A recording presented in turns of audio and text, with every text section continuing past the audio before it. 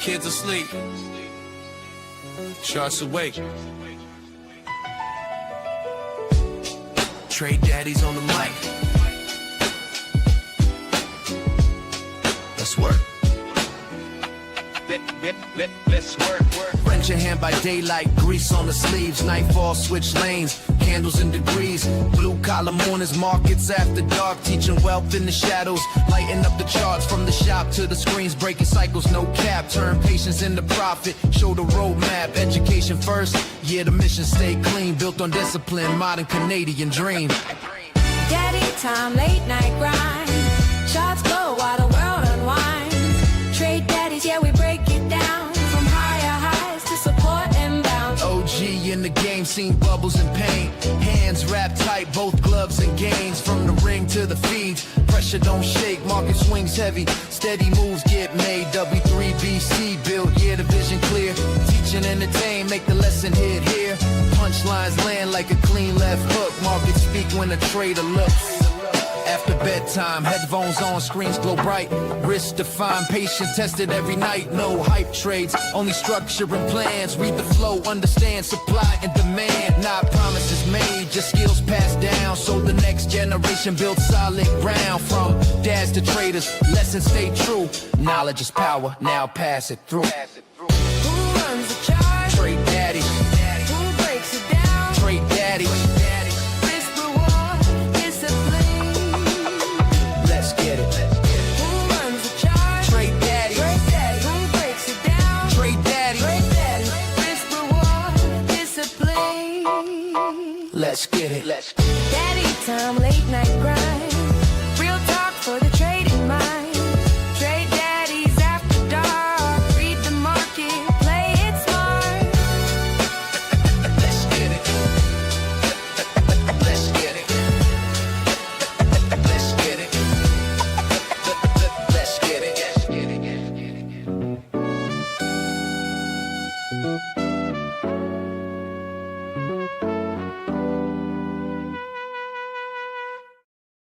Yo, welcome into another episode of Trade Daddies. We are back. We had a little week hiatus, but we're back. We released the Vegas episode while we were there last week, so hopefully you guys had a chance to watch that. It was a great time. Vegas was, honestly, for a bear market, it was pretty dope. I had a great time. The wife finally came out to see a conference finally, and I was super happy. Made some nice connections. How was the conference for you, bro? Dude, Vegas was great. I don't want to piss off any maxis, but I got to tell you what, consensus was like 1,000 times better. I heard. Let's go figure. Like because I was debating, it was either Vegas or Miami, right? And I did Vegas because Bitcoin, and and I wanted my wife to come too because Vegas, so. And it was like that's a great place to take the wife. It's a great place to go for the week. Great experience, and Bitcoin is still the king, and so you will have the opportunity to do a multi-chain conference in Toronto coming up soon in July. So it'll be fun. And like so much fun. But I will tell you, the vibe of consensus was totally different than it was at Bitcoin. I know, like it was really good when it came to Toronto, and I was honestly, I'm not gonna lie, I got a bunch of FOMO when I was watching all the things on the post and the timeline and everything.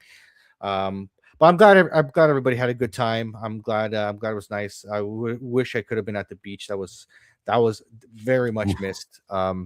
Okay, we settled for the pool at Vegas, which was all right. Honestly, I went to the pool like twice in Vegas for like an hour. You never know. You never go quite long enough. That's true. There was we ended up going to Miami. So I brought the wife and daughter to Miami. We only went for about 36 hours, and we ended up going to the beach twice.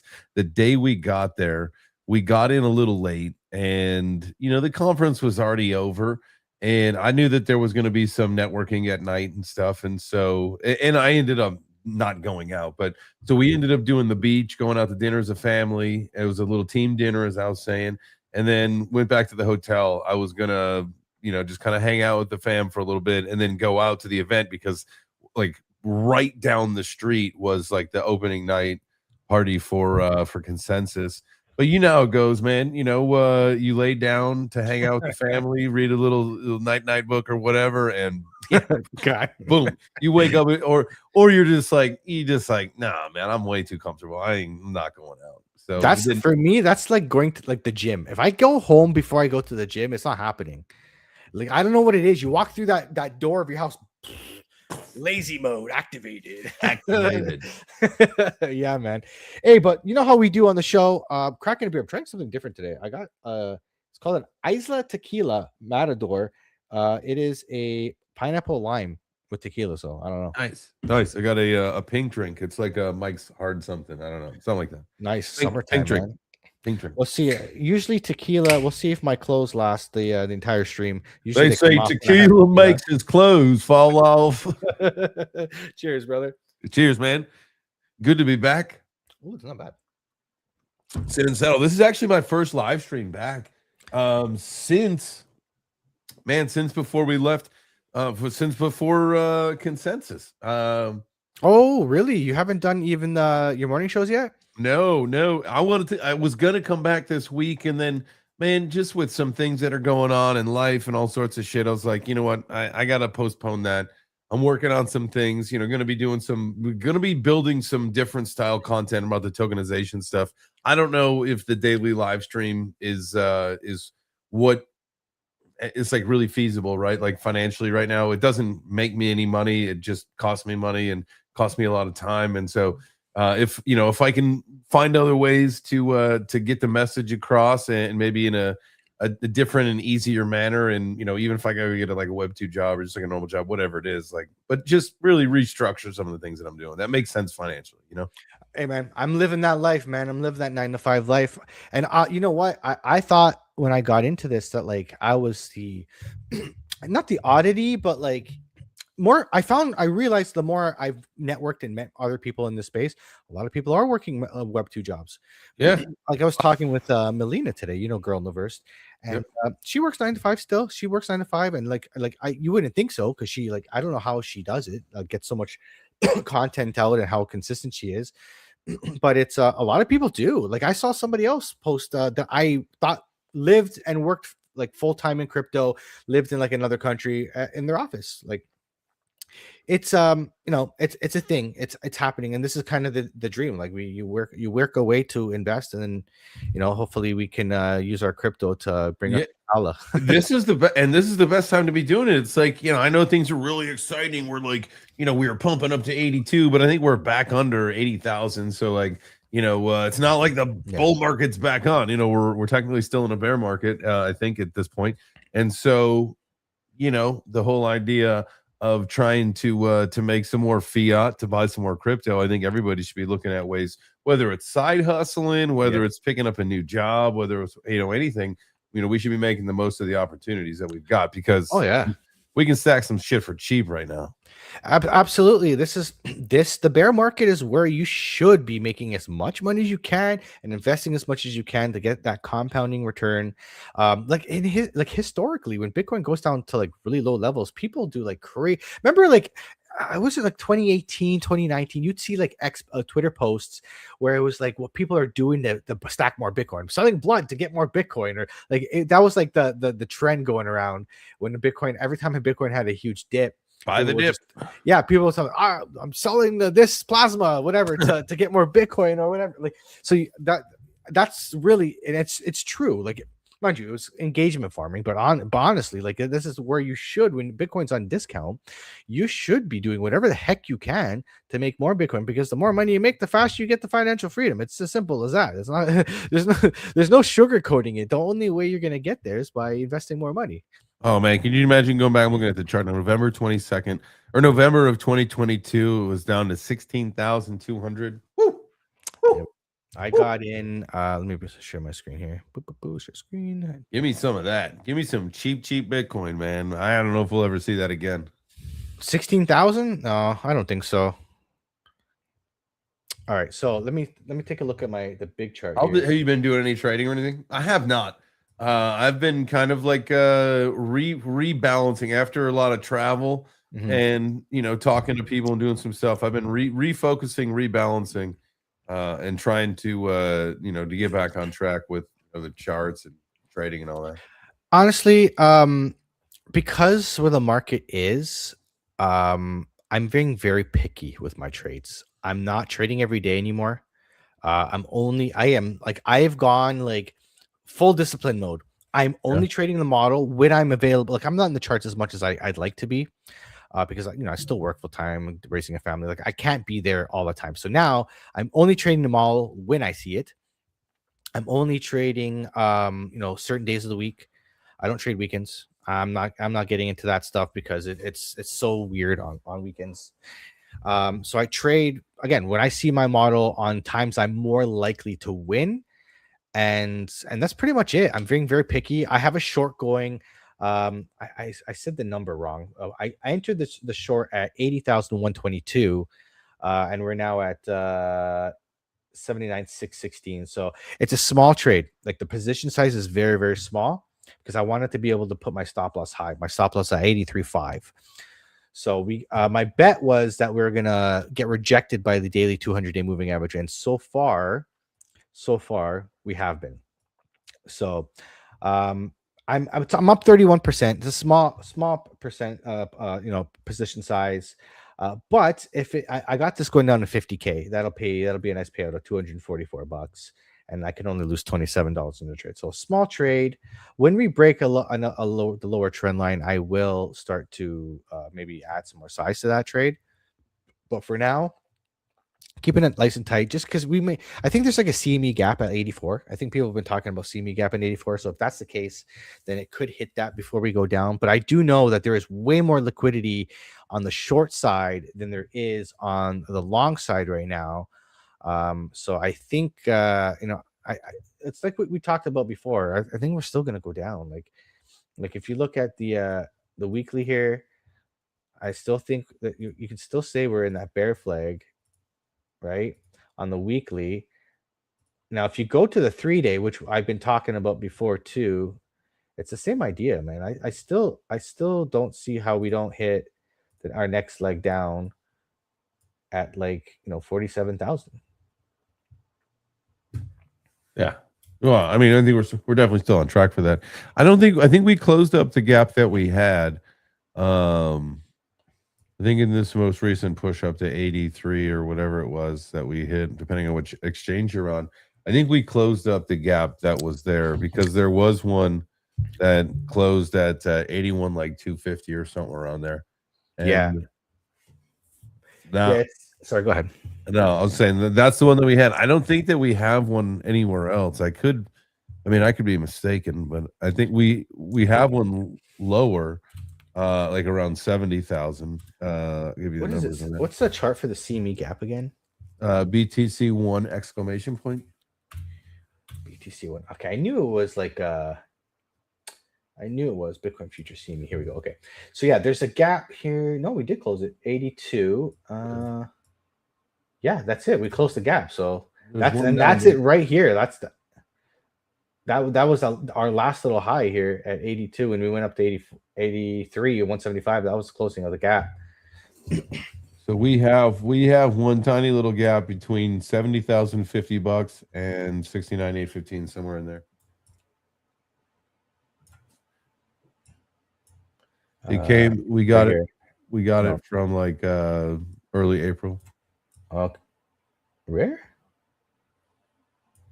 You got to go to the daily, but it's oh, that's why. Okay. It's like, why does it look so weird? And then it's like from April 8th, I think, like around there. Okay, yeah, I see here. Yeah, 77. See, this is where I think we're going. I think we're going to 77. Like that's our next stop, in my opinion. Yeah, and there's one here too. Wow. Okay. So this is what I'm thinking here.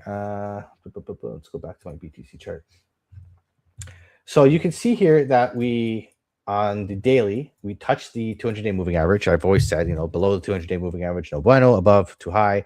And if you take, and on the daily, we started making what's considered a rising wedge. A rising wedge, just like a falling wedge, breaks to the downside 68% of the time, or a falling wedge will break to the upside 68% of the time. So this is what we got to watch for. You got to watch on this daily to see. Right now, we're just touching the 21-day moving average. This is where you would look for a bounce if there was a bounce to be had. So if you're a bull, you're looking for the daily to bounce off the 21, come back up to the top again, which it very well may, because we can hit this 200-day moving average a couple times and then finally lose it. And that would bring you up to 82. If that's the case, then we can still consolidate in this pattern. See, what I see here is the 200-day moving average is kind of doing this. It's doing like a downtrend. So if we are to bounce around, we could do like something like this and then lose it, or get above it again and then blast off, right? If we're super bullish. But I'm more on the side that we're going to, if we do bounce off this, it's just another rejection of the 200-day moving average. And then, down we go from there. Again, rising wedges break to the downside more often than they don't. So the measured move of this, I believe, of this would be, boom, boom, boom. Let's see, it breaks out here. It would be 66. If it goes all the way up to here, you're looking at 71. So are we still thinking sub 50 or no? Oh yeah.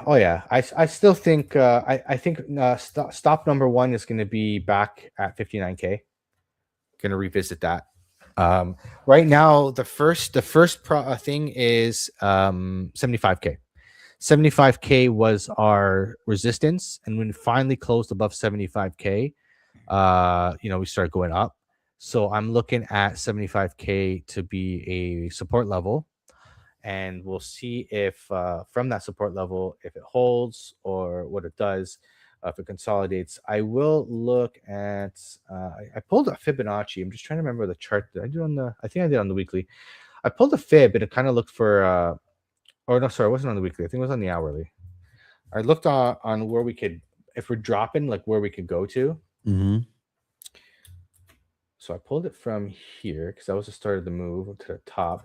So if we were to bounce off the 618, you're looking at a 77,000. That's why I said 77,000 is what my next target. Yep. If we were to go to 786, you're looking at 76,491, 76,5, somewhere around there to revisit this liquidity here. So that's where I could see, because again, we've already lost the 1 hour 200-day moving average. Right? In my opinion, we're probably just making some sort of rising wedge or bear flag. Oh, what the hell just happened there? Yeah, that was crazy. Right? Oh my goodness. I'm just a bloody mess. Okay. Behave, trading view. Yeah, so we can be making something like this. This is actually pretty good. This is actually a rising wedge if we hold this line here. Or do we have a like a rising wedge again here, right? So we got to watch for that to see if we're gonna come back up again or not. If that stays in that structure, we should most likely see it break down, correct? Well, depends what it is. If this could be, let me see. I'm gonna use the bodies instead of the wicks. If it's this could be an ascending triangle, which is bullish. Yeah. Which could break up to here, which is back to 80,000. Again, back to the 200-day moving average on the 1 hour. If it breaks down, then we would have more of a, I'm going to use the wicks here now, right? So we can have a descending, like a symmetrical triangle. Yeah. Which is a 50-50. You got a 50-50 chance. But most of the time they break down. I don't know what it is. Maybe just with crypto or Bitcoin, but they do break down more often than not. But I just want to shout out the chat. DC Bear, what's going on? Welcome to the stream. Mike Lowry, what's going on? Welcome what's up? in. What's up? And my homie Blocky, what's going on, man? Long time no see. Hope you've been doing well. Welcome in, everybody. What's up, my G's? So yeah, we'll see what's going to go on. And I'd love to hear the chat's opinion. What do you guys think? Where do you think Bitcoin's going now? What's the next stop for Bitcoin? Up or down? So I yeah, feel so like the 8, like, let's talk about this because, like, it's been what, 2 weeks since we did a show that we were in the studio for. We had talked, both of us, we had talked about, kind of hitting that 80,000. That seemed like that was on the cards, and then that was, fundamentally where we start to see the breakdown. I think what we were looking for, right? We got what we wanted. We talked about, like, I think that, if we're back into the 70s, this could be the beginning of the breakdown, yeah. right? We could be making our next move. This is, the early stages of it. Now you don't really want to call it, but it's what it looks like. And I've also been noticing that like prices kind of led narrative a bit. Like price started to break down. Like the rally kind of stalled out. And then now you're seeing, new Fed chair, inflation rising, like a little bit of volatility, a little bit of talk, rejection of a contract with the Iran. So like, the bullish narrative is kind of breaking down a little bit. So we'll see how it goes from here. As if we keep above 79K and try to retake 80. We'll see. Only time will tell. But I'm going to show you what I've been looking at. I haven't done this in a while. Is look at tether dominance. Ooh. So I made a post on X a little this week, and I'm like, you know what? I just wanted to analyze like the macro of this. So this is what I'm looking for. So tether dominance, as of, so we had an uptrend. We reached a top, well, a topping pattern, but we reached an ultimate top back in November of 2022 here, and then it started to consolidate and break down, right? So that would be like the end of the bear market, right? November of 2022 would have been the end of the bear market. So tether dominance. Now remember, tether dominance high, Bitcoin price down. And just for anybody that doesn't understand the relationship between the two, when tether dominance drops, Bitcoin should be going up, right? Like that's money going out of stable coins and into the crypto ecosystem. So what we saw here is a topping pattern. It's accumulation, manipulation down here. We had a downtrend, manipulation, and then distribution. So we consolidated again down here. And this was essentially the bull market. We started breaking down as of October of 2023. It came down if its first bottom around March 2024, which if we look back at Bitcoin, it'll probably be around one of the highs. And then we had a pullback, and then we made another top in December of 2024, and then January 2025, and then another one here in September of 2025, and then it started making an uptrend. Tether dominance started making an uptrend. So that's people selling.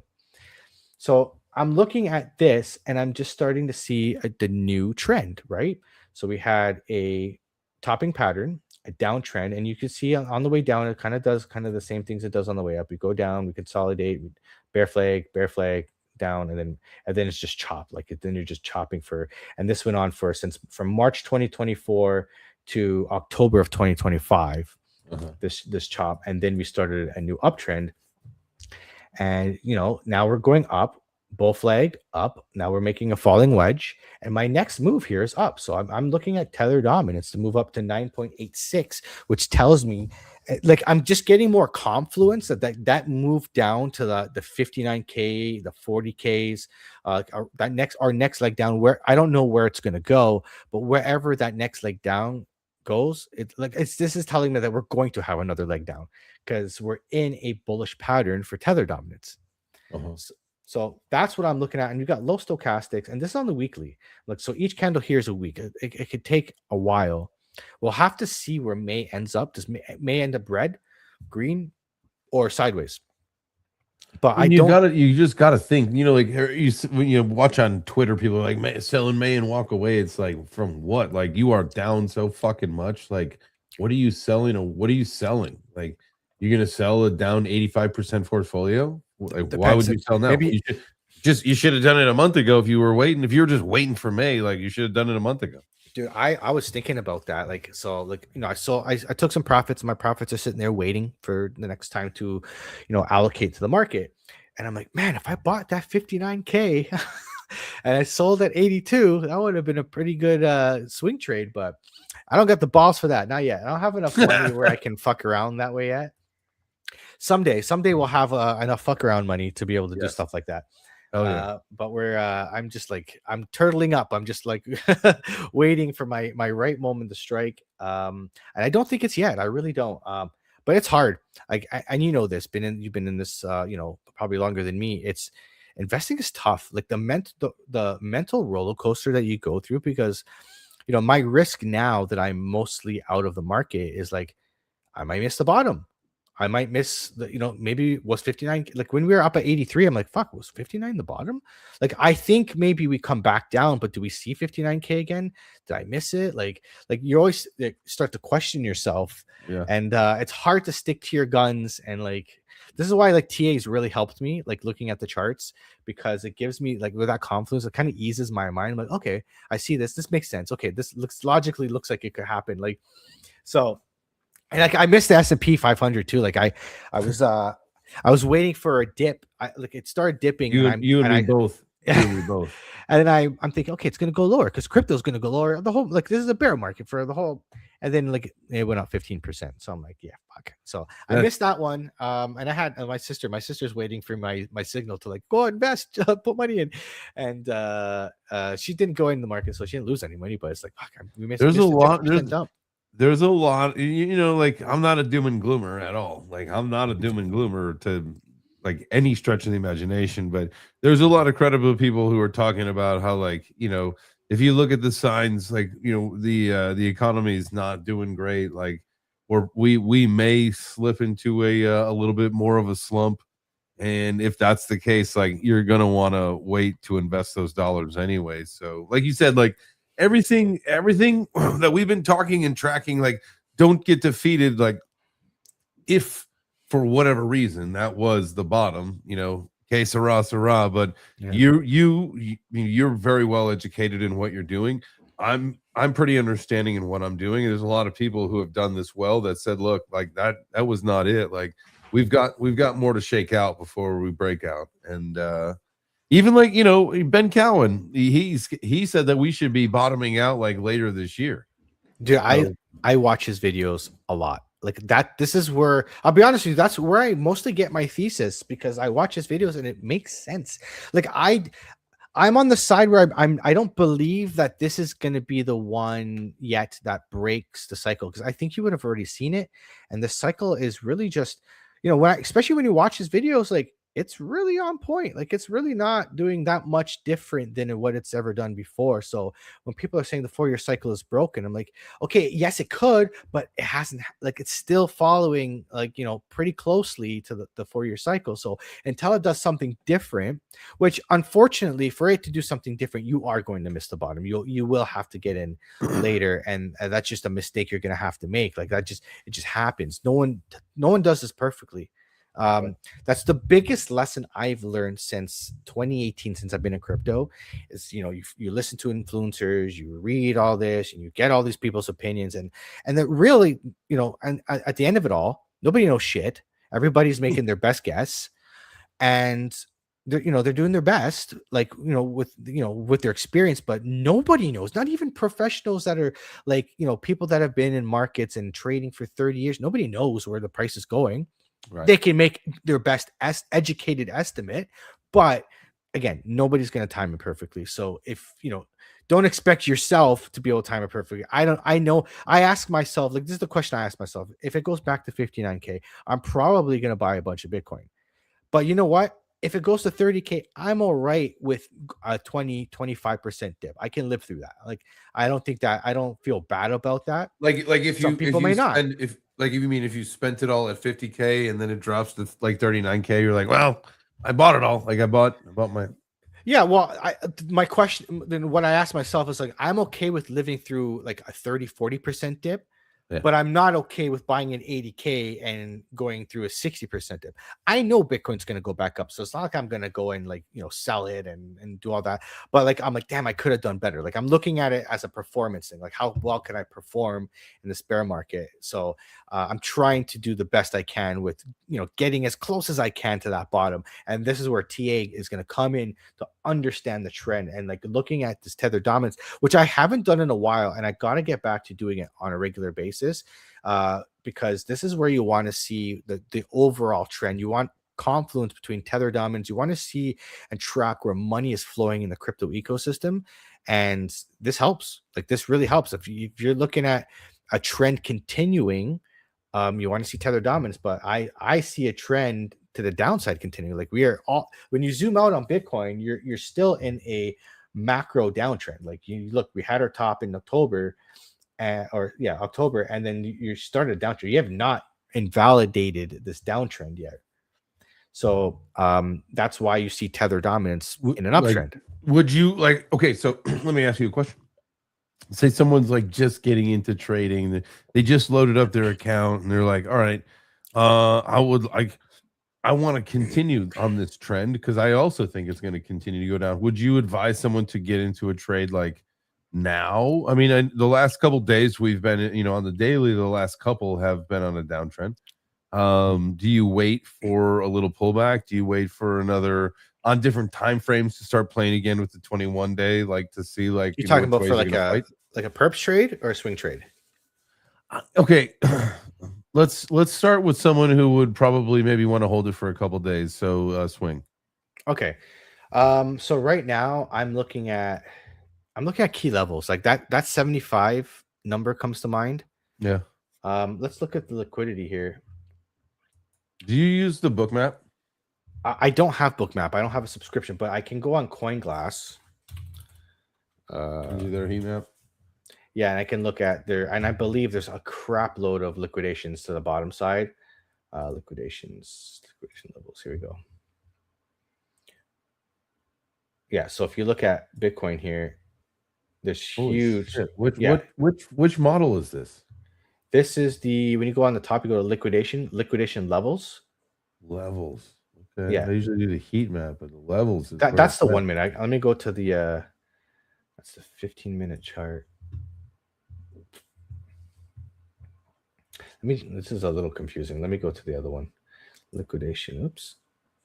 Liquidation heat map. Here we go. That's the heat map is what I know, but I like that levels, man. Yeah. So see here, you got a lot up to the downside. 78K. Like that makes sense.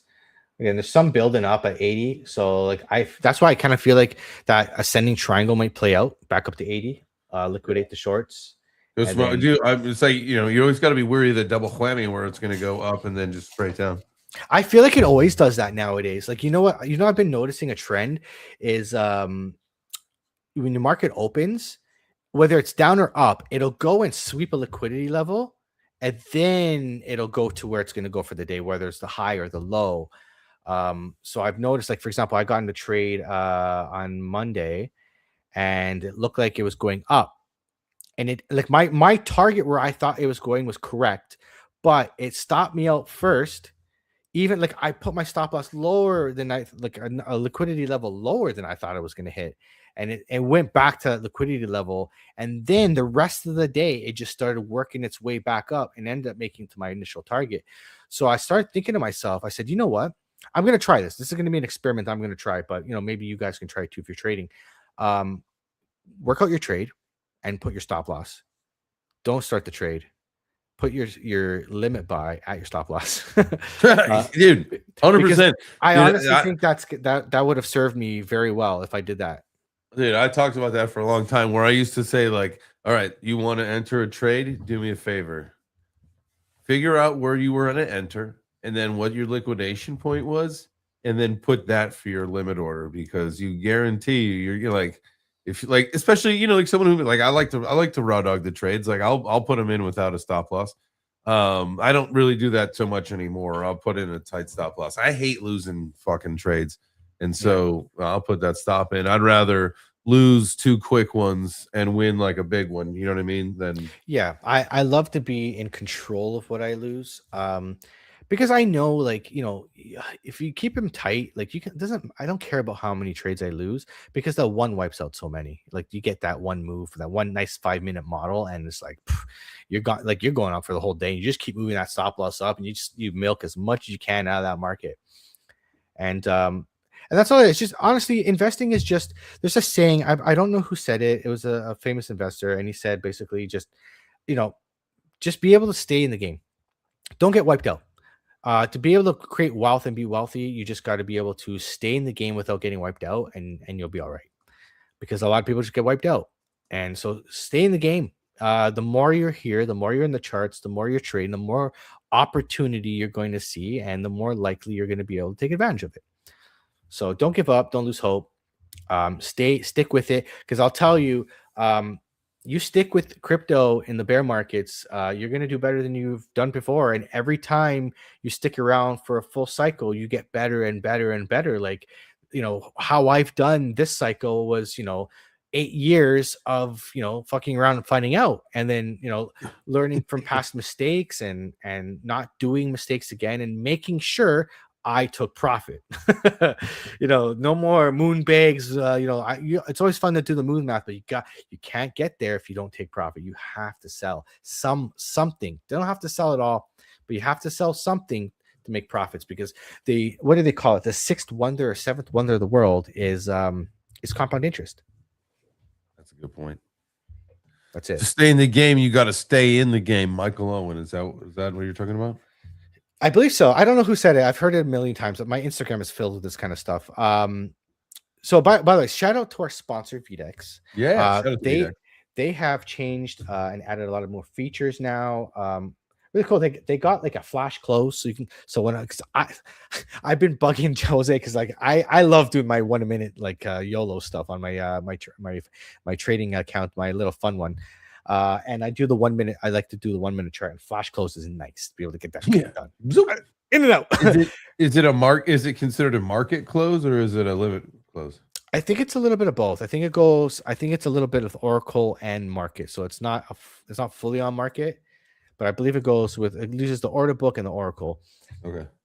And then we have what do you call it? TWAP or VWAP or TWAP. So you can like trailing buys, trailing stop losses. You can start doing that now. Mind you, I do my stop losses manually. I just drag it up or down. I love that. I love that feature so much. Same. When I started working with VDEX, they didn't have that. I'm like, dude, that has to be in. Like, you have to put that in. And he made it a priority, and that was one of the first updates after I joined that they put in, which was phenomenal. Really, really cool feature. Again, it's just so easy when you're there, right? They got a lot of features, especially to like you said, to keep sliding it to like stay in the game, or if you need to like, market. Sometimes you're getting wrecked on market. I don't know what the fees are like, on a market order on VDEX, but on a lot depends on your level, right? Like there's a leaderboard, so the higher you make it up to leaderboard, you can unlock lower levels. Okay. I got this. Like I'm at here because I am an OG. And then there is again, there's a leaderboard. So the more you climb, the more volume you do, you start to unlock different levels. Right? There's whale, shark, hammerhead, swordfish, clownfish, and all that kind of stuff like that. So as you work your way up, and you do earn points. These points will be convertible 1-to-1 with V points with their token on their upcoming TGE. So might be a cool airdrop coming in the future. Maybe this year. We'll see. That would be a pretty lucrative drop if keep trading, and get rewarded, because that's one thing that other exchanges don't do. They don't you don't get rewarded in dollars just for trading. When the TG, like Weeks, doesn't give you their token for just trading. Right? So VDEX pretty good. They have a deposit bonus going on. I believe if you deposit $100, you get 50. If you deposit 200, you get 100. So deposit bonuses are live. That's a good 50%. That's a good bonus. It's not bad. It's really, really not bad. Man. And we just trade. This is it. This is where I trade. So if you want to trade, make sure you guys join up. You can sign up with my code or JChain's code. My code is capital AP. JChain's, I don't know what your code is, but shill it. JChain's. There you go. Sign up. Okay, let's talk about some news, man. So Tetra Digital Group launches the Canadian stablecoin. We talked about this, I think, a couple weeks ago, but it finally came out. CADD. It's backed by backed 1-to-1 with Canadian dollars. It's CADD is being marketed as Canada's first regulated Canadian big backed stablecoin. So I believe they're backed by Tetra and the National Bank of Canada. So it's going to be pretty cool. Huge step for crypto adoption in Canada, and you know how it is. Like we're all doing, final, instant settlements and all that stuff, remittances. So Canada's just stepping up their game, and they literally labeled it as this week we're competing with the Americans. Like, bro, I'm sorry, like I'm Canadian, but I am not gonna buy any of this. None. Especially after what they did at the trucker rally. Like I said, I'm not doing anything illegal, so I don't really have to worry. But like they were freezing people's accounts that were donating crypto. And for me, it's not that you would do it to me or that I'm worried about that, because like I'm not doing anything nefarious. But the fact that you showed that you could do it and would do it, that's just says something, you know what I mean? So I don't like it. It's against my morals as being a crypto. I want freedom. I want my own money. I want full control of my own money. That's the point of it. Exactly. So I won't do this, because I honestly, after that trucker rally, it actually really did hurt my trust in the Canadian government, and we still have a liberal government. So sorry, CADD, but you won't see any of my money. No thanks. But this is just a step forward in adoption, like another country making a stable coin. Like, how many more are we going to see this year? Well, yeah, I mean, that's a really good point. I feel like probably a lot, right? And well, especially while we determine exactly what's going on. I know Elizabeth Warren, as far as the was it the Genius or the Clarity Act, whatever, the Clarity Act that's getting passed through. Like she had like 100 amendments or 40 amendments, or there was 100 amendments and like 40 of them were her or something like that. Like, yeah. So I don't know. It's I don't know. Again, I'm not gonna buy this. I'm gonna stick with my USDC. I'm gonna stick with my Tether, and I'm fine with that. DeFi for the win. Oh yeah. Well, that's what's funny, because when you have stuff like this and you have more government control, you just push people into DeFi more. Like that's like the best advertisement for DeFi. So bring it on. Exactly. All right. So all for it. We got a new Fed chair. Ooh, nice. Warsh officially replaces Jerome Powell. Markets are watching this closely because inflation is rising again. Trump wants lower rates, and the bond markets are nervous. I don't know if you've been noticing, but the bond markets have not been looking very good. The bond markets? No. Long-term bond markets, which also cause the fixed rates for mortgages to go up. So mortgages are tied to bonds. So if bonds go up, mortgages go up. Therefore, you could have a perfect storm for a housing collapse. I've been calling this for a couple of years. Like we all knew this was coming. Give it to me.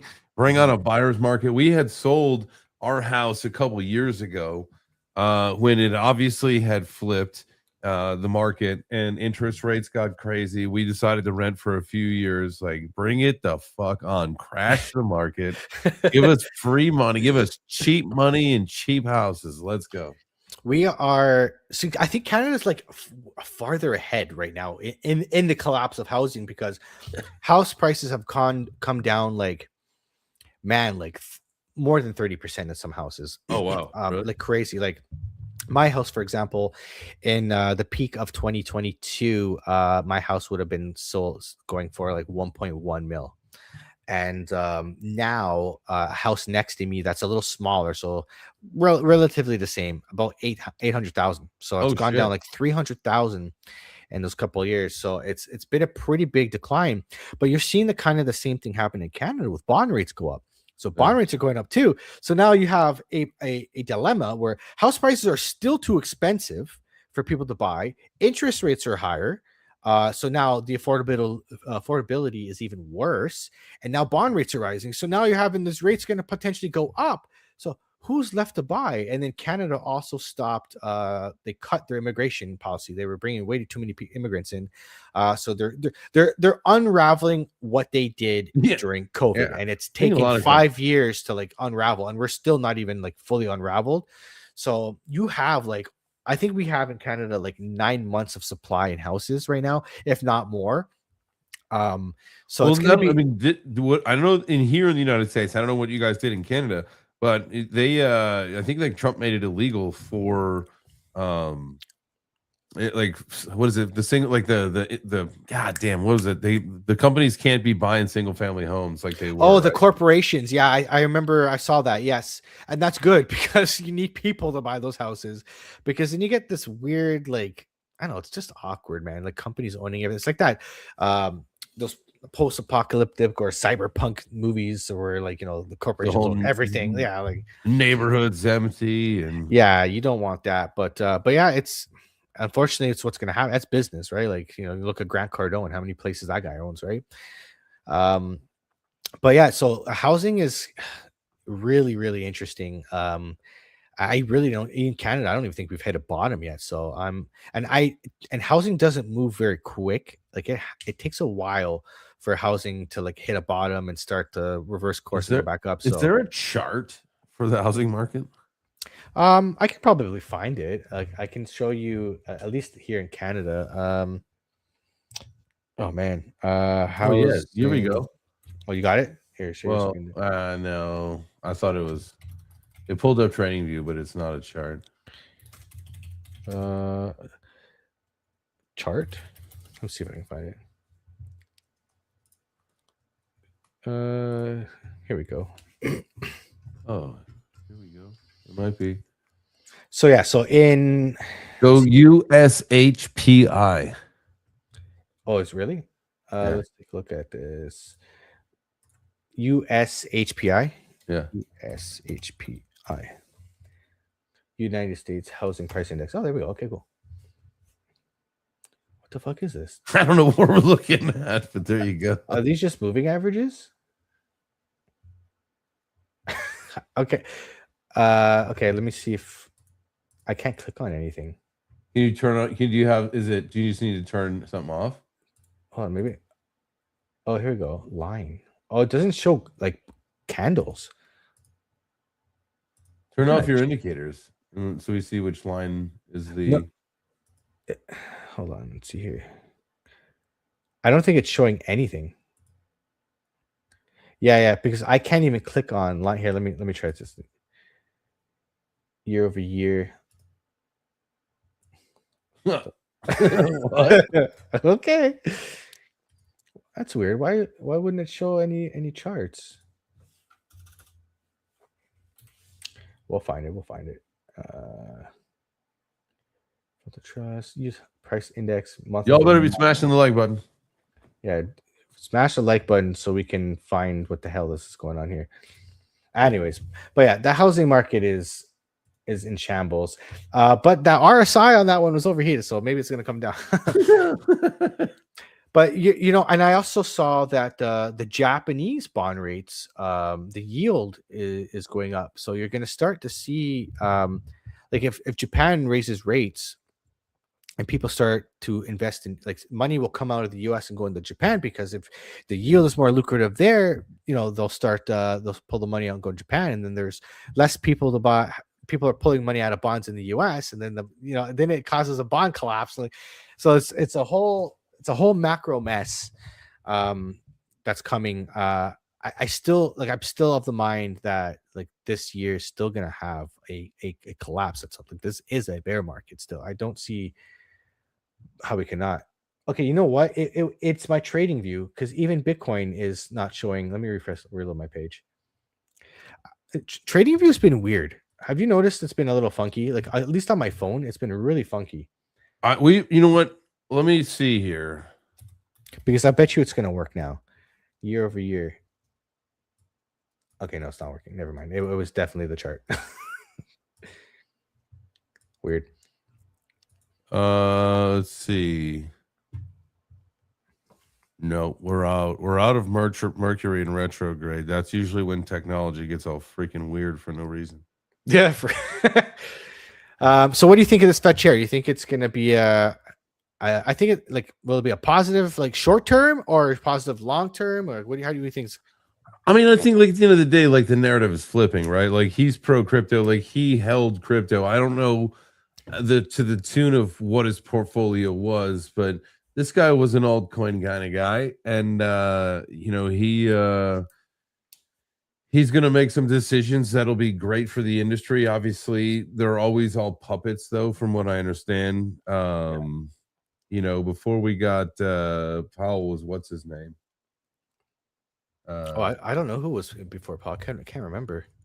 I can't remember, but you know, you know, at the end of the day, does any of it matter? He's pro crypto. The administration's pro crypto. The legislation, like they're fast tracking stuff, like they're gonna make it move quicker. I was gonna say your Telegram just popped up. You know, the whole idea of having pro crypto people in place to make these decisions or to, you know, at least implement some of the foundation. Wonderful. I think it's great. I just hope that it's for the right motives and the right reason and the right, you know, the right things happen. That's all. Yeah, I think it's going to be a net positive longer term. I think in the short term, people might be disappointed. I don't think it's going to lower rates. I think they're going to raise rates this year, or at least keep it flat the rest of the year, because I don't see it where we're in a point, especially with inflation rising. How can Aren't you they trying to get to lower rates? one thing you're trying to get to like 2.5, right? For inflation or Yeah, the rates? for interest rates. Yeah, but I don't know if it's going to happen because, you know, our next thing is we got inflation. You got inflation surged in April to the highest it's been since 2023. And it's mostly, you know, attributed to, you know, energy prices, right? Energy prices, gas, like it's just crazy. And these things are all lagging. So that's the thing too. Like, you know, you had the war and then, you know, gas prices went up, but the inflation is lagging. It's going to take a month or two, and next month it might even tick higher because you might be like a month behind of where the actual numbers are going to be. So inflation might tick even a little bit higher before it starts to slow down and level off. So I would What keep I that. don't get, you know, I've been hearing a lot of people talk about the gas, and you know, especially with the war and all that stuff, and I get it, but like the one thing that is like it has kind of been perplexing to me when people say like, you know, with the whole thing about like a quart of oil for like your engine, right? Your engine oil, like Mm. it's been processed, it's been, you know, synthesized or whatever, it's in the bottle, all that shit. The gas, you know, it's already been processed, it's already been whatever the thing what it does, it's in the fucking ground at the gas station, for God's sakes. Why does the price fluctuate on gasoline but not like oil? Well, yeah. Well, it does. Like the oil is. No, if you want to buy like a quart of oil, like the 425 or whatever it is. Oh, you're like, talking about that, like engine oil or something like yeah, that. like that shit Oh. doesn't change. It doesn't change the price. Why? That's a good question. Actually, I don't know. That's a very interesting question. I don't know what the I know gas. It takes a lot more refining to do to get gas, and especially and diesel in particularly. But yeah, like technically, you know, anything that's oil based should go up. Plastics, you All know, of it.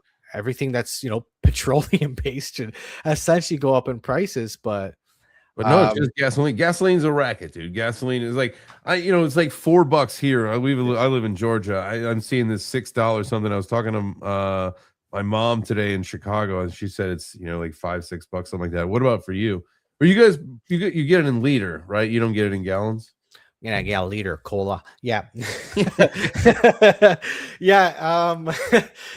A liter, we do it by liter here. So right now, last time I checked, it's like $1.80 a liter, which is stupidly expensive.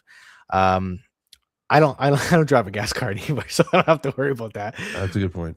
But So a liter my is wife like does.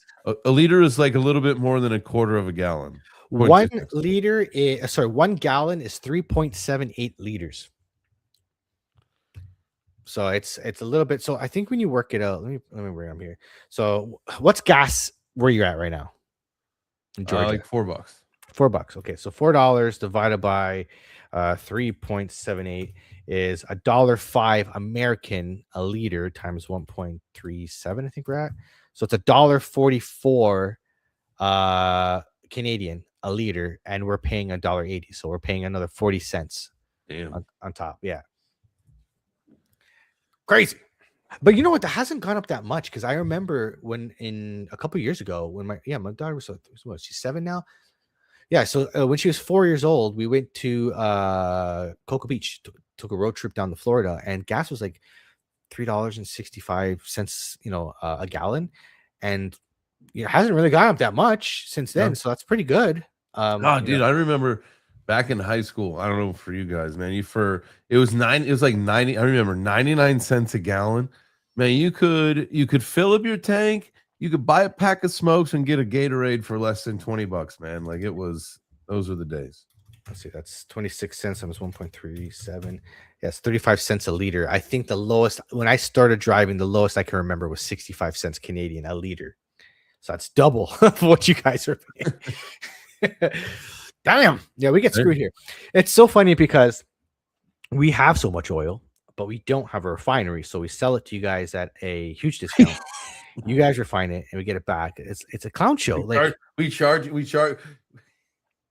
Like it's absolutely insane. It's I don't know. You can't make this stuff up. That's Canada. I don't know. You think there'd be a better deal in place? Like, hey, we got all this oil. You guys refine it and just give it back to us, and it'll be cheap as shit. Everybody will just get cheap as shit oil. Dude, if you look at any other country's wealth is measured on how cheap its energy is, right? So because the more energy you have in a country, the more productivity you can have. Therefore, if you have more productivity, your GDP should naturally be higher. Canada has all the energy. We don't fucking use it. You know what I mean? It makes no sense. Like, why wouldn't we have created a refinery? You know what I mean? Like, it should have been done by now. I feel like it's probably environmentally not safe. That's why. Probably, but like either it's like why build more houses? We're gonna tear down forests. Well, because more people live here. Like people need a place to live. It's not great because we're harming the environment, but on the other hand, it's like, what do you do with the people? We gotta live, man. Yeah, right. So again, it's this argument that never stops because there's always two sides of the coin, people arguing, but unfortunately, the downside of progress is you kind of lose that nature, but we have to find ways to integrate it in. Like, have you seen those buildings, like where they make buildings and like grow like plants on the building? Like that might be our future. You eat bugs and you're gonna like it. That's what the dude. World Economic Forum or whatever. Have you heard anything about this tick situation that's going on? Ticks. I don't think so. Okay, so there's like this crazy, and we're not going to get into a conspiracy theory here, but it's this crazy thing's going on with ticks, and it's called the Lone Star tick, and if this thing bites you, you become allergic to meat. You can go into anaphylaxis shock if you eat meat. Could you imagine going on a camping trip? You get hit by a bug that makes you unable to eat meat for the rest of your life. I've read an article about a guy who is down to only eggs. The only animal protein he can eat is eggs because everything else makes him sick. It's wild. So it's called the Lone Star tick. Yeah. So if you get bit by it, you turn into a Democrat. A vegetarian Democrat. Yep. And it makes you, for some reason, it just urges you to move to California. Just takes your man card. It takes your man card and it makes you move to a Yuppiesville. Yep. 100%. That's crazy though. That's fucking crazy. It almost seems like something similar to rabies. Like rabies, when you're dying from rabies, you get like deathly afraid of water. You can't drink because you just get so scared of water. And that's when you know that like rabies is going to kill you. It's just, you dehydrate. Really? Yeah. It's messed up. You get scared of water? People can't swallow water because they're just so afraid, like because it messes with your brain, right? And then you just spit it out. It becomes like a natural reaction, like gasping. When you gasp when you go into really cold water, it's like that. Oh, yeah. Dude, I got that down to a science, man. I don't gasp anymore. I go in the cold plunge like all the time at the gym. And that I can when I go underwater with my full body, when I submerge my full body, I definitely like it's cold. But when I just like step in, I can step in and walk around through the whole thing and not like when I once. So when you first try that shit, dude, that will take your breath away. Oh, I can imagine. I'm fucking in the shower with just the cold water. I'm like, okay, I'm done. 30 seconds. I can imagine that. Like, I know some people did cryotherapy where you stand in fucking freezer basically. Really? I would try that. It's I the would one. definitely try. It's the one that Joe Rogan had. Remember, he had like a. I think you stand in it, but it's like it's super cold. It's like minus like 100 degrees or something like that. It's really, Damn. Dude, I it's would like definitely super try cold. that. I mean, see, I would try it once to see what it's like. I don't know, man. I read some stuff where like I almost wonder if it's like a fad because I read some stuff that because you put yourself on fight or flight all the time, you actually age faster. But who knows? I don't know the science behind it. I'll tell you one thing though. Anytime I've gone in the cold water, it instantly puts me in a good mood. I like it. I don't know what it is. When you think about it, when you're in cold water, what's the first thing you do? You don't yell and scream and get angry. You go and you laugh and you're like it's your natural reaction. It actually releases dopamine. It actually does make you happy. So I used to do that when I was feeling like blah and like depressed. I'll just take a nice cold shower and it really does wake you the fuck up. Nice. It snaps you out of that negative loop. Nice. I used to just say Gargonzola like a pirate. That would make me laugh. Gargonzola. Bitcoin slips under 80K amid Iran-US uncertainty despite 1 billion ETF inflows. So yeah, man. ETFs have not been looking as good. I was looking, I've taken a few days off, but looking at the ETF flows on CoinGlass. That's one of my favorite sites to look at this. The 7-day, we've got like a mixed bag. The 30-day, it's mostly what's that? How do you find it? I'm gonna look at it for here. Just coinglass.com/ETF. Oh, /ETF. Yeah, I don't know where. I just coin. Ah, there you go. And then and then go to the. That's one of my favorite things to look is the crypto ETF net flows. You can do it on the all. Bitcoin is the king of the show, obviously, but it doesn't give you a 7-day. The 7 day is one of my favorite things to look at on the. Is that on the all one here? Yeah, right there. Bitcoin ETF net flows. Where's this? Oh, here, the 7-day.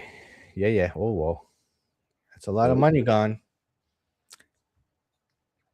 That's why we've seen the price action go down.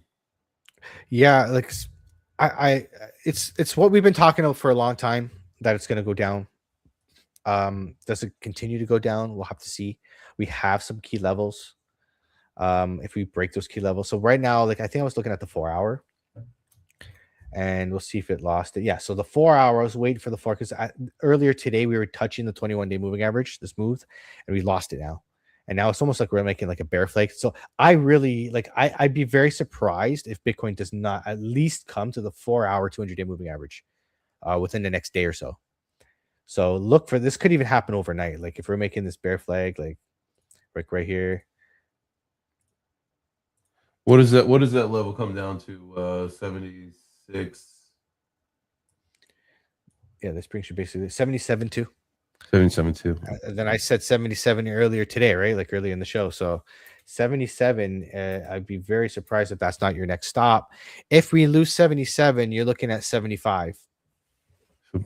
And 75 is a key point of resistance because we were stuck at 75 for a while. Let's put a line right at 75 here. And you can see how many touch points we've had at 75. So we lost 75 here. We were down. Sorry, let me go back to where we lost it. So this is on the 4-hour. So we actually no, maybe I'll go to the daily because I'm going to see way too many candles here. Okay, so we lost 75. We tried to come up and we lost it again, tagged it again, lost it again until we finally came above it. And the trend is the best part is when you come retest it and off you go to the races. So this would actually have been the nicest, cleanest retest, and you could have gotten this entire move here. So now we got to watch and see where if we lose 75 because that is your key level of support. Now, like it was resistance, here couldn't get above it here. Right, we lost it here, and then now it's going to be your support level. So, and that could be where you go and you make that gap on the downside of the 21, the 200-day, all that stuff. Yeah, and I see, I'm seeing an M on the 4-hour. So again, I'm just more and more likely that we're gonna go down. So like right now you're gonna fight with this level here, but if you lose this line here, you have this big candle here, like you're gonna come back down here. That's 75. So this is interesting. Like the M pattern is gonna play out, and that's your neckline essentially of the M pattern. So I would watch to see the 4 hour. If we start to lose that 21-day moving average, bad things gonna happen. Would you get into a short now?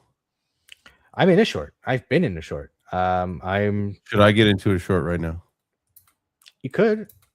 Let me see here. Yeah, you could do. Okay, if I was to get into a short, this is what I would look for. I would look at the neckline of the M pattern, and I would want to see it break it, retest it, enter on the retest, stop loss here, and then see if you can catch the wave down to back to the line here. That's what I would look at. If you're gonna short the 4 hour there, that's kind of what I'd be looking at. Again, shorting the retest is the safest entry. Mm-hmm. But if you want, you can front run it and get the break up the neckline. Hell yeah, dude! I want to front run it and catch the break. I don't want to be late. And the same I thing. want to be late to the party. Just keep your stop loss above the neckline. Like so, yeah, either way, your stop loss is in the same spot. If you front run it, you can get the stop loss can be even tighter than here, right? Yeah, that's what if I was to play that short, that's what I would be looking for. I got in at 80,100 because we went up to 82 and we got rejected. Mm-hmm. So I caught it as it was coming back down, and I just put my stop. So because I saw basically a double top on the daily 200-day moving average here, so I got it somewhere around here. See, it was on its way down. So I said, you know what? We definitely had a confirmed top, and a rejection. So I was betting on the rejection of that 200-day moving average, and it can come all the way down, like I said, but down to 75. And if you look at this too, like you just back test your work.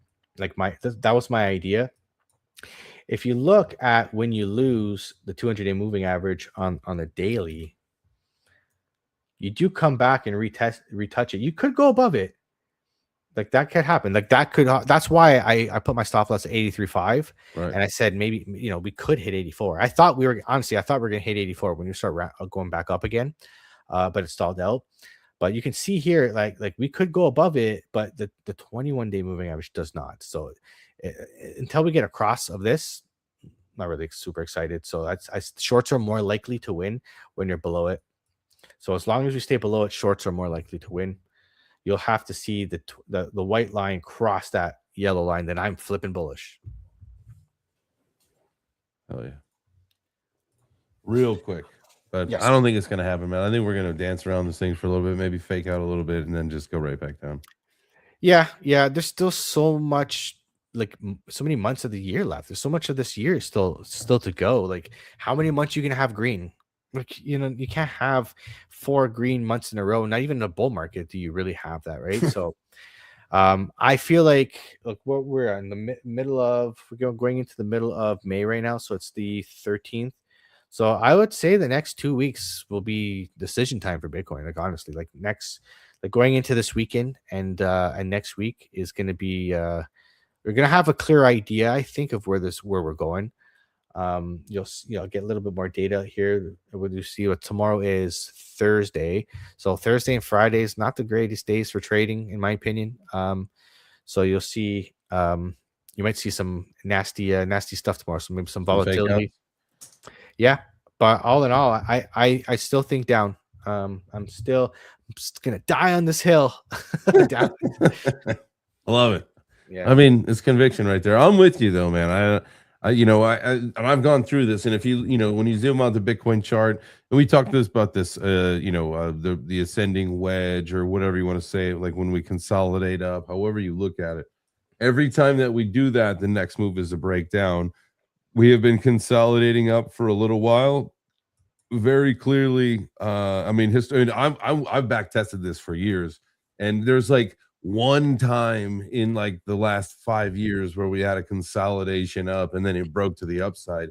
But every time we consolidate down, it breaks up. When we consolidate up, it breaks down. That's just what Bitcoin has done since like forever. Absolutely. And so if you're a bull, like I could say we could have like this is on the weekly now. We could make maybe a cup and handle. But that would mean I would need to see tether dominance. I need to see this trend break. If you're gonna make a cup and handle and start to pump, this needs to dump. This falling wedge needs to fail. And we're getting close to the end of this falling wedge. Like, so usually what happens in a pattern, especially like a falling wedge, is volatility will start to slow down. You get these big price swings, and then it starts to squeeze and squeeze and squeeze before it has to make a decision. And you're getting to that point. Like you got what one, but it's and you got volume that's June 15th. So another month from now would be like a volume pitfall, like to the downside. Yeah, exactly. You're getting closer and closer to this gap, which brings you. Well, if you dump here, that's actually good for Bitcoin price. This is tether dominance. So if we lose this and we get to this gap, we come back down to here. So Bitcoin could pump up actually. Gotcha. So if we're waiting to see what's going to happen here, does the trend continue or does it break? We need more data. We need another week or two to see if this another week or two to see if this continues here. So I'm betting this falling wedge goes to the upside because again, 68% of the time a falling wedge will break to the upside. We're in a clear uptrend with low stochastics starting to curve up, and the RSI's also curve bounced off the neutral line and is pointing up. So looks to me like we're going to see some negative price action for the crypto ecosystem as a whole. Yeah. I bought 2 miners. I was talking with the Terra hosting group at Bitcoin. I talked to one of the YouTubers actually that I watch his channel all the time. I met him at Bitcoin, and he recommended me to hosting. So I bought 2 Dogecoin miners. Nice. I start getting some extra passive income coming in. I missed the boat on Dogecoin mining last time around when I bought my Bitcoin miners. There's a point in time where the market's so down that you're just mining like in a deficit, right? You're mining Bitcoin, but like the hydro, the electrical is more expensive than what it costs to create. So but it's okay because Bitcoin goes up, so you just have to, as long as you have the cash flow to maintain it, you're good. But the Dogecoin miners never went in last bull market. They never went negative. They're always profitable. So so this time around, I bought some Dogecoin miners. They mine Dogecoin and Litecoin at the same time. They mine both, so it helps keep profitability up. So I'm trying out. Honestly, it's really a tax thing for me. When you buy miners, you can depreciate the value of them like a house, right. And you also get to write off the expense of hosting because I'm going with a hosting company. So that's all a tax deduction. So I'm just looking for more tax deductions for 2026 because we're not going to be making this much income because we're not selling crypto. So that's your alpha for today. Use taxes to get a nice tax return to buy more crypto and stack that crypto. Even if you don't have any money at the end of it all, you didn't make enough income to put into crypto. If you get a tax return, you can put that into Bitcoin and compound that way. Boom. There you go. There's your alpha. That's it. We beat this with the dead horse. We know we're going down. We'll be here next week. We'll walk you through this bear market week by week. And we're gonna be here to catch that move to Valhalla to new all-time highs. And then we're gonna be buying Rolexes. We'll be shopping for Rolexes live on the stream. What about rolling in the sky, wave it side to side, but keep your hands high? Absolutely, man. I'm excited. I like this era, this time, because we're just like we're building, we're growing. Been seeing some growth finally. Like my ex, I swear to God, I was stuck at 1,300 followers forever. I'm not even kidding you, like 6 months. And I guess X changed their algorithm because I am growing now again, finally. Boom. So it's nice to see some growth. It was honestly, it was getting what's the word, like not depressed, Defeating? but Defeating? like defeated, unmotivated. You know what I mean? So it's nice to see some growth. Yeah, YouTube is growing a little bit with the clips, so that's nice to see in a bear market, which is pretty good because all in all, like crypto viewership has gone down. Like even in the bull market, like some of the big accounts were getting nothing compared to what they used to get back in 2021. So it's a tough go out here, and I know you noticed at the Bitcoin conference. Like you gotta change your look, man. Like you gotta be wearing the suit now. Like you gotta cater to the big institutions coming in. So, Raw game. Crypto is maturing, the market is maturing, and the content creators gotta mature with it because it's a different crowd out there. And I know I saw it for the first time at Consensus, and I'm sure you got to see it again at Consensus that it's mostly suits there.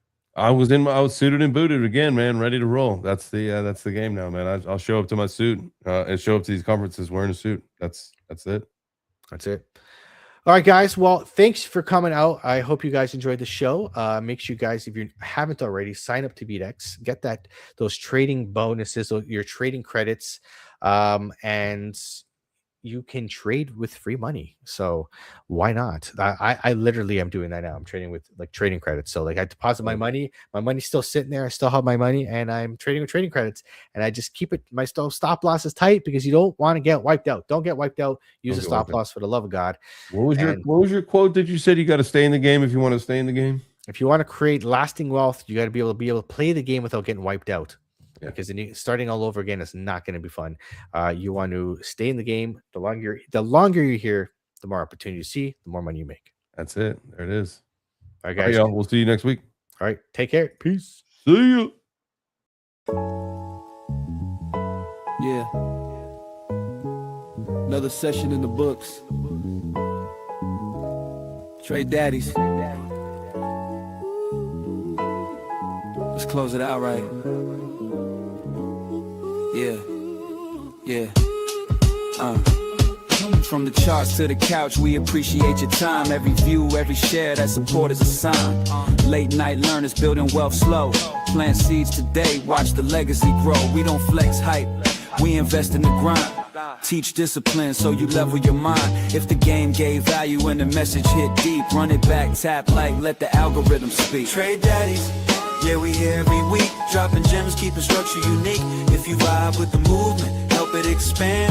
Like, share, subscribe, build the brand. Trade Daddies.